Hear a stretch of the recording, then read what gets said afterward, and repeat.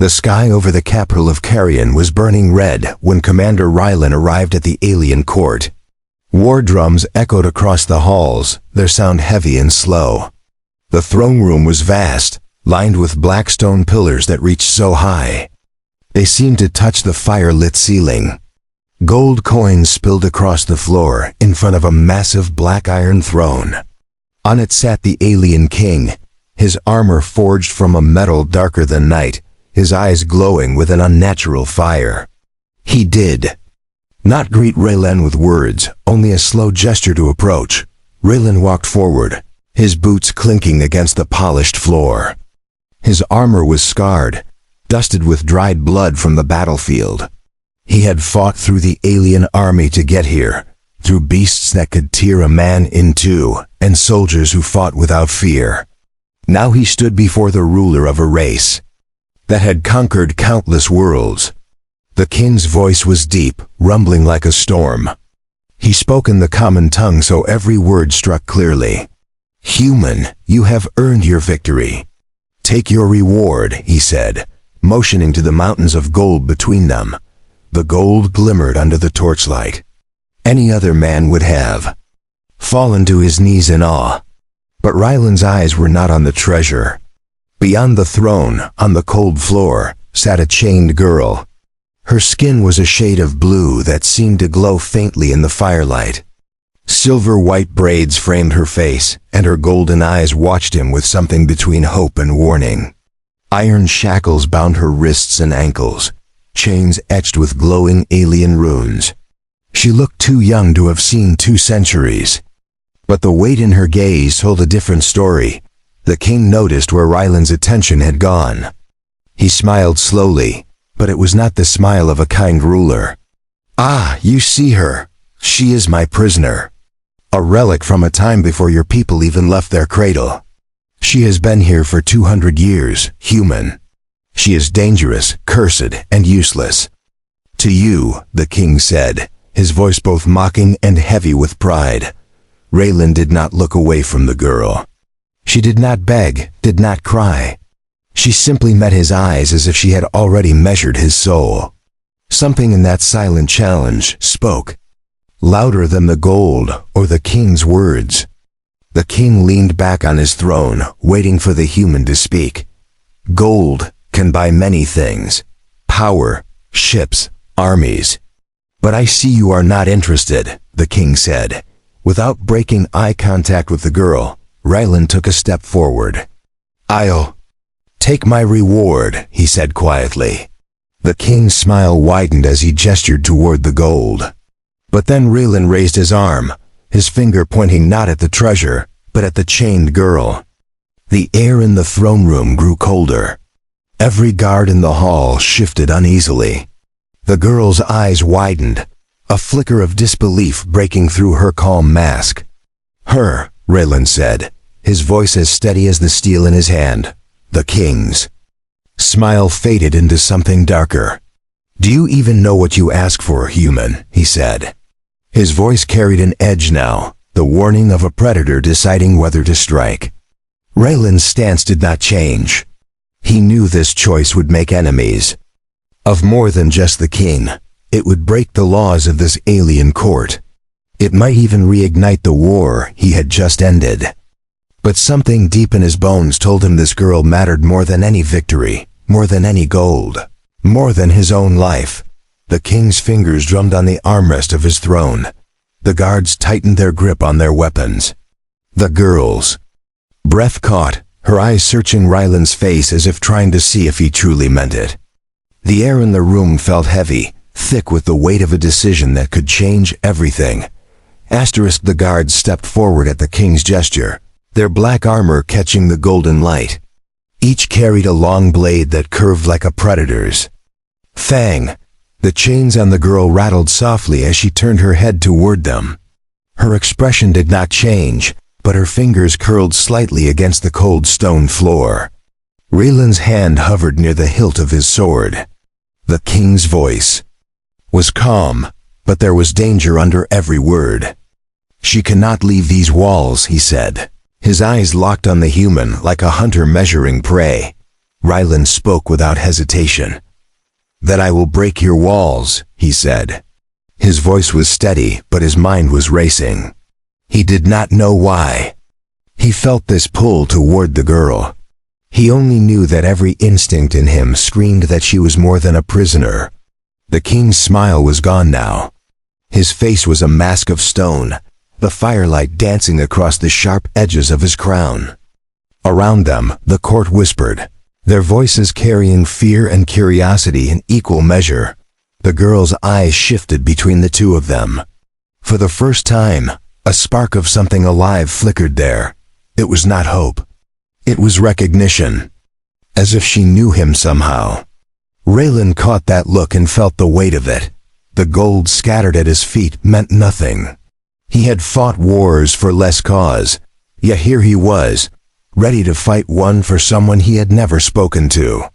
His hand closed fully on the sword hilt. The guards tightened their circle. The king rose slowly from his throne. The movement alone silenced the hall. He stepped forward, each footstep echoing like a drumbeat. His armor shifted with a sound like grinding stone. If you take her curse. She will bring ruin to you and to every world you walk, he said.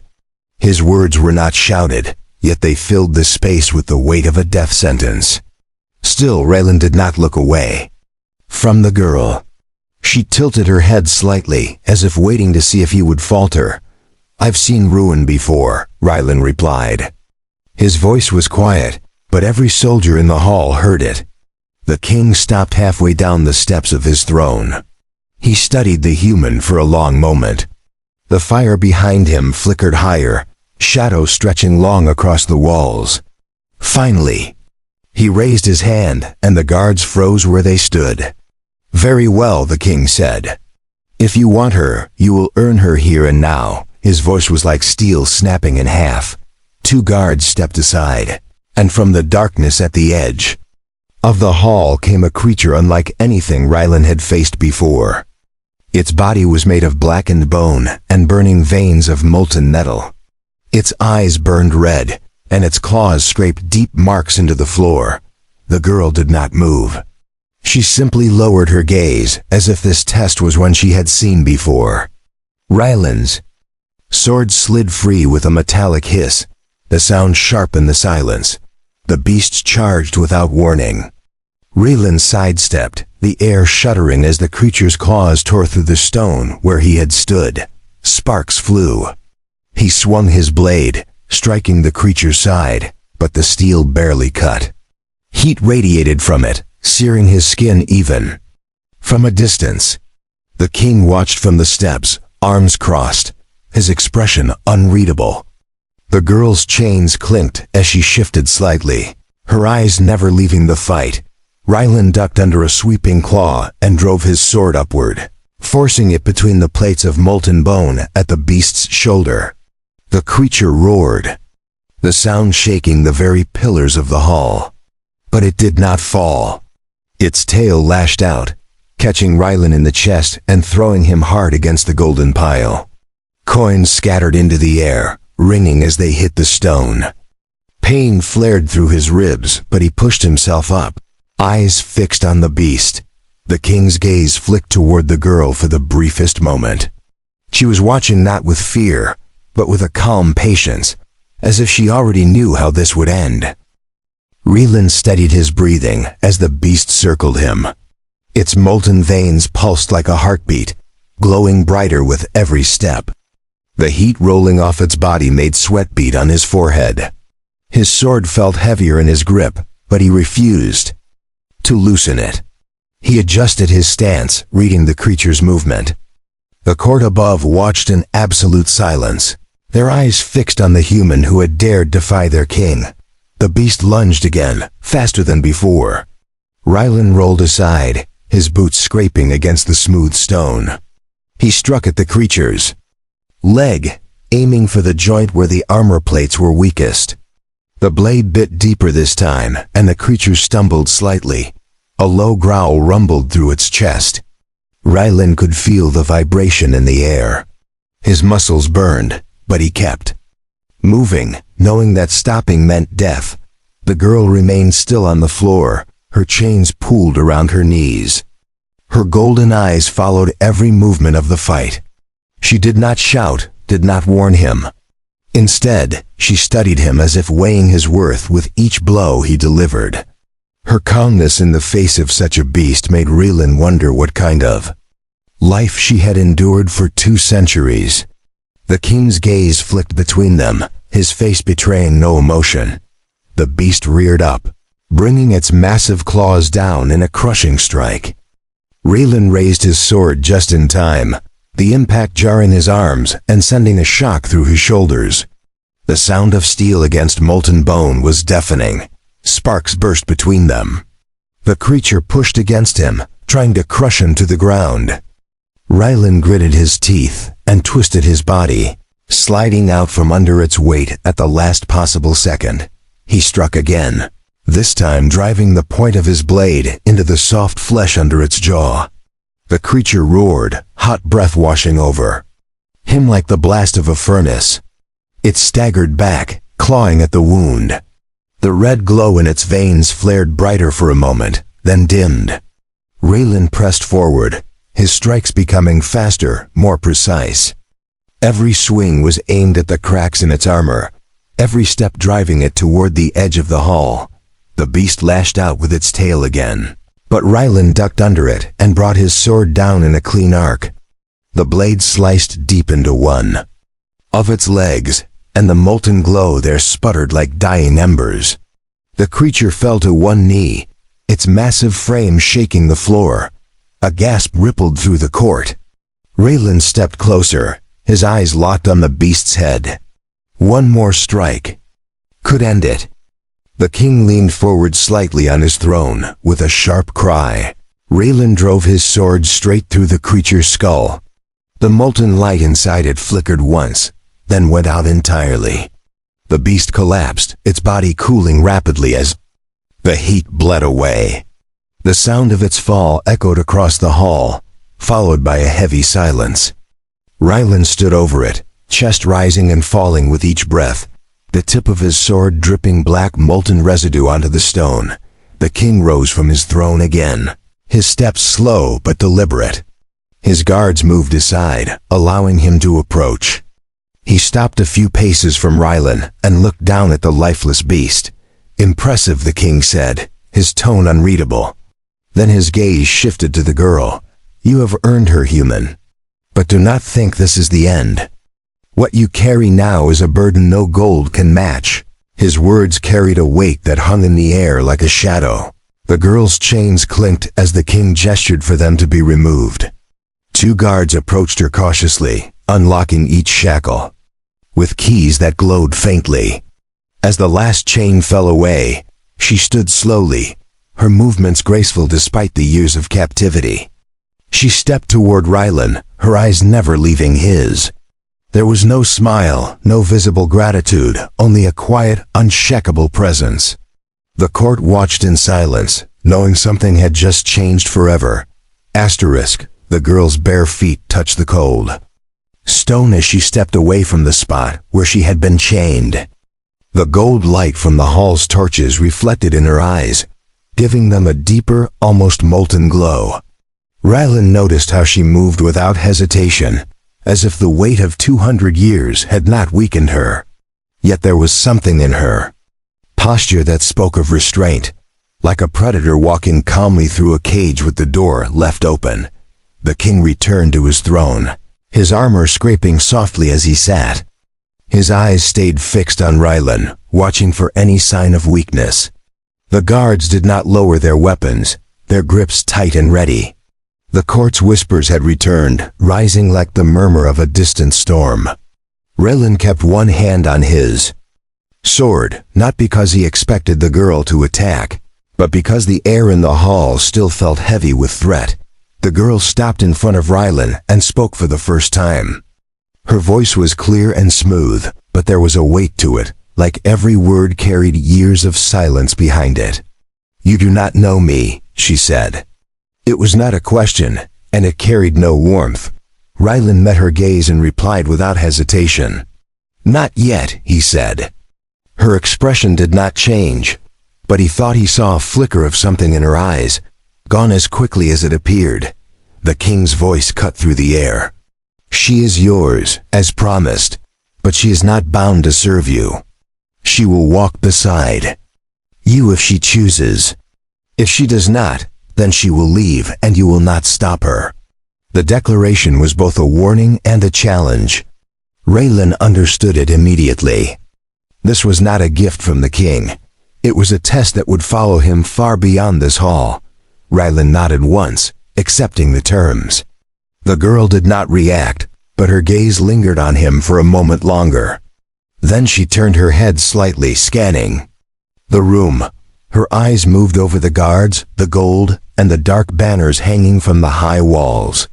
It was as if she were memorizing every detail, committing it to memory in case she never returned. The chains at her feet had been removed, but something about her still felt as if she carried them. A guard stepped forward and handed Raylan a small leather satchel. Inside were his own belongings, returned to him now that the trial was over. Among them was a medallion engraved with the symbol of his unit, worn smooth by years of service. He closed the satchel and slung it over his shoulder. The girl's attention flicked briefly to the medallion, her gaze narrowing as if she recognized it. She said nothing, but Raylan noticed. The king's voice came again, quieter now but no less commanding. "Leave my court, human.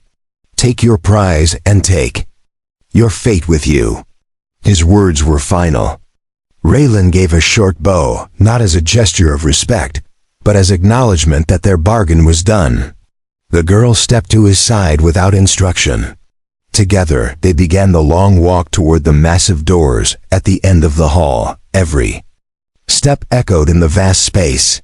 The court watched in silence, their eyes tracking the pair as they passed. The gold remained untouched behind them, a treasure Raylan had refused without a second thought. The girl kept her gaze forward, her pace matching his exactly. When they reached the doors, the guards standing there hesitated before pulling them open. The night air rushed in, cool and sharp, carrying with it the scent of rain. Raylan paused just outside the doors, glancing back once at the throne. The king was still watching, his eyes like twin flames in the shadows of the hall. The girl followed his gaze but did not speak. The doors closed behind them with a deep, resonant thud. In that moment, Raylan knew the real journey had just begun. The rain began to fall as Raylan and the girl stepped into the open courtyard. The stone beneath their feet was slick, reflecting the flickering light of the torches along the walls. Raylan glanced toward the towering gates ahead, knowing they were still under the eyes of the king's sentries. The girl walked beside him without hesitation, her steps silent but sure. He wondered how long it had been since she had seen the night sky. Outside the walls, the road stretched into darkness. Thick forest pressed close on either side, the sound of rain on leaves blending with the distant call of night creatures. Raylan kept one hand on the hilt of his sword. He knew the king would not let them leave without some form of watch. The girl's gaze moved from the trees to the path ahead, her expression unreadable. She had not spoken since they left the hall. They walked for some time before Raylan broke the silence. "Do you have a name?" he asked. The girl did not look at him immediately. When she did, her golden eyes seemed to catch what little light the moon offered. "Leora," she said. The name was soft, yet it carried a strength he had not expected. He repeated it once, testing it on his tongue. She gave no sign of approval or disapproval. The forest grew thicker and the rain heavier. Raylan adjusted the satchel on his shoulder, feeling the weight of his belongings. He had not planned for a journey with another person, much less one who had been chained for 2 centuries. Leora moved with surprising ease, her balance unshaken even on the wet ground. He noticed she made no sound when she walked, not even when stepping over fallen branches. They came to a narrow bridge of old stone spanning a deep gorge. The water below roared, swollen by the rain. Raylan stopped at the entrance to the bridge, scanning the shadows beyond. Something felt wrong. Leora's eyes shifted toward the same direction without a word. He knew then that she sensed it too. Slowly, he drew his sword, the steel glinting faintly in the dim light. Figures emerged from the darkness on the far side. Cloaked in black, their faces hidden, they carried curved blades and moved with the ease of trained killers. Raylan counted. At least 6, though more shapes lingered just beyond sight. One of them stepped forward. "The king's gifts do not leave his land without a price." The voice was cold and low. Raylan shifted his stance, ready to meet them. The first attacker rushed forward across the bridge. Raylan met him halfway, their blades clashing with a sound. Like splitting stone, sparks flew into the rain. Another came from the side, forcing Raylan to twist and block. He fought with precision, his movements measured to keep the enemies from surrounding him. Leora stayed behind him, but her eyes never left the fight.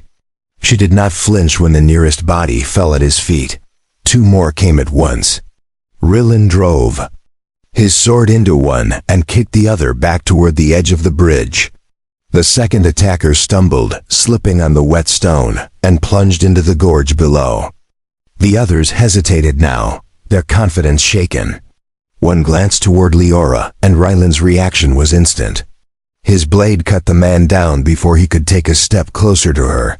The remaining attackers pulled back, melting into the forest. Shadows without another word. Raylan kept his sword ready until the sound of their footsteps vanished into the rain. He turned to Leora, expecting some sign of fear or relief. Instead, she met his gaze with the same calm she had shown in the throne room. "They will not be the last," she said, her tone certain. Raylan believed her without question. The rain eased as they left the bridge behind, but the ground remained slick and uneven. Raylan moved carefully, his eyes scanning the shadows between the trees. He could not shake the thought that more enemies might be following.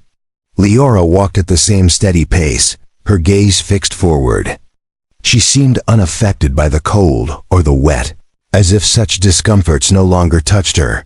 They stopped at a small clearing where the trees thinned enough for moonlight to reach the ground. Raylan set his satchel down and began checking his supplies.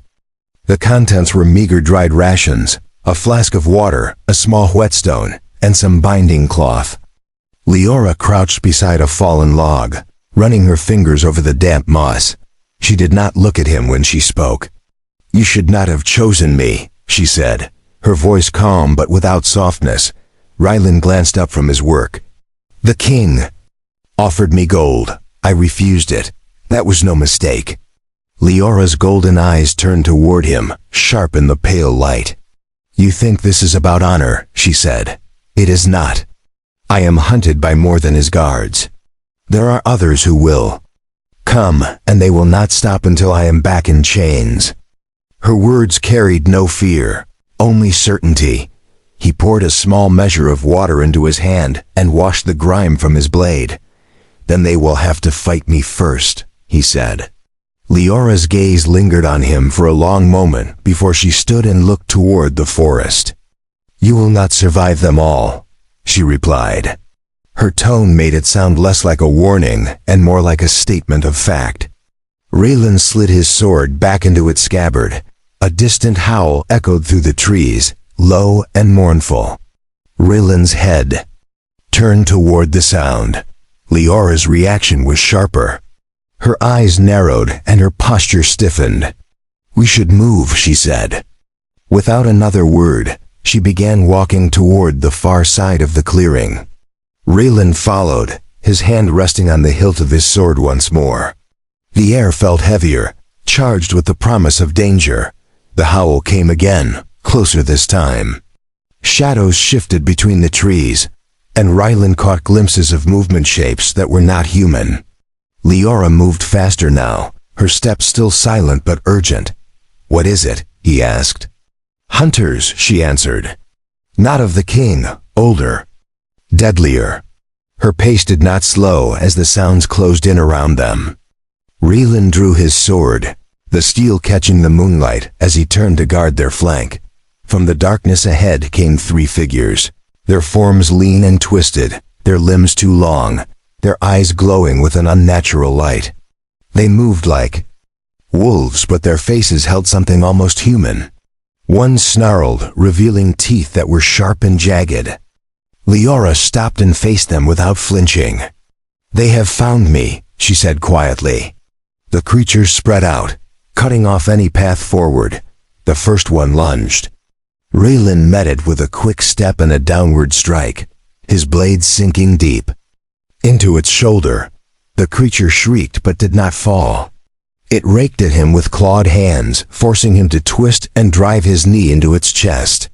Leora moved suddenly, her hands flashing in the dim light. She held no weapon, yet her strike sent the second creature stumbling back several paces. Raylan finished the first creature with a clean slash across the neck. It fell to the ground, its body already fading into shadow. The third creature circled behind him, but Leora intercepted it, her movements fluid and precise. She struck with the edge of her hand, and the creature crumpled as if struck by iron. For someone who had been chained for centuries, her speed and strength were beyond anything he had expected. The last of the creatures retreated into the forest, its glowing eyes vanishing between the trees. Raylan lowered his sword, but did not relax. Leora looked at him, her expression still unreadable. "Now you begin to see why I am dangerous," she said. The night was quiet again, but it no longer felt safe. Raylan knew this was only the beginning.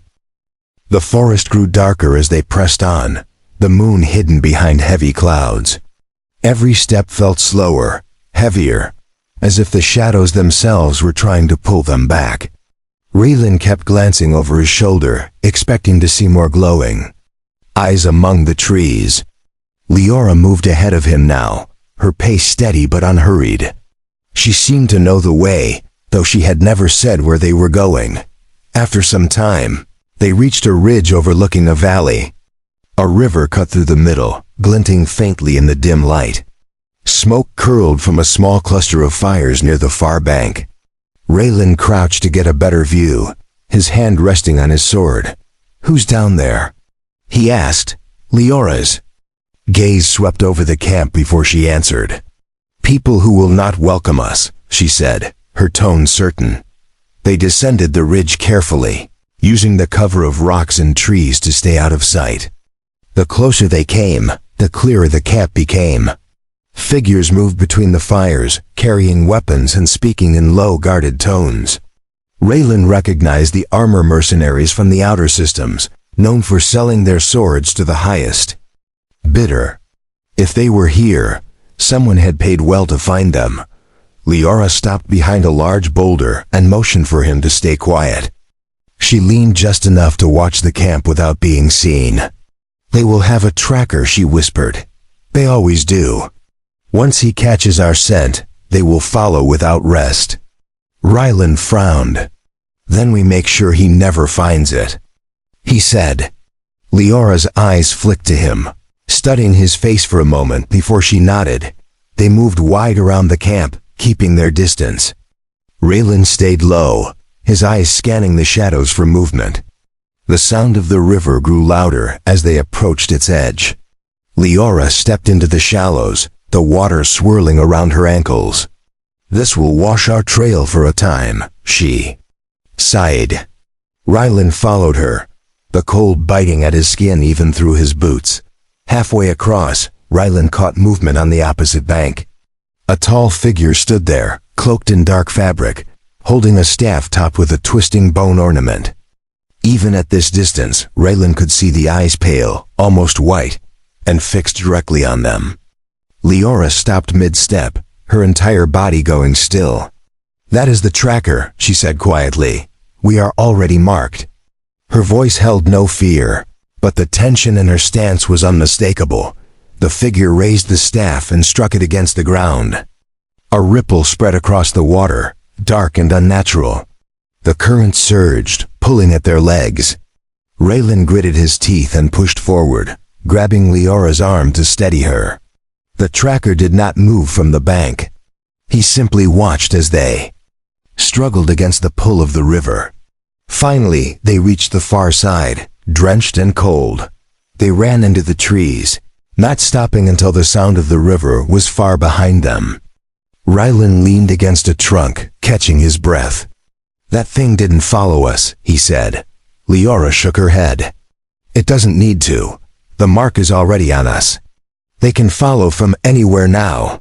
Her words sank into him like ice. It was not just pursuit they faced, it was a hunt with no escape. Raylan looked at her, the question forming before he could stop it. "Why are they so desperate to take you back?" Leora met his gaze without blinking. "Because I am the last of something they thought they destroyed. If I live, their power is broken." There was no pride in her tone, only the quiet knowledge of someone who had carried this truth for a long time. Raylan tightened his grip on the sword at his side. He did not know the full story yet, but he knew enough. If they wanted Leora, they would have to go through him. And as long as he could stand, he would not let that happen. The forest opened into a wide plain, the grass swaying under a sharp night wind. Far in the distance, Raylan saw a ruin of stone walls and broken towers rising against the horizon. Leora slowed her pace, her eyes fixed on the shattered structures. "That is where it ends," she said. Her voice was calm, but her gaze carried something deeper. Raylan knew she had been here before. As they approached, the ground underfoot became uneven with the remains of old roads. Carvings and shattered statues lay half buried in the dirt. The wind moved through the ruins with a hollow sound, carrying whispers that might have been the rustle of leaves.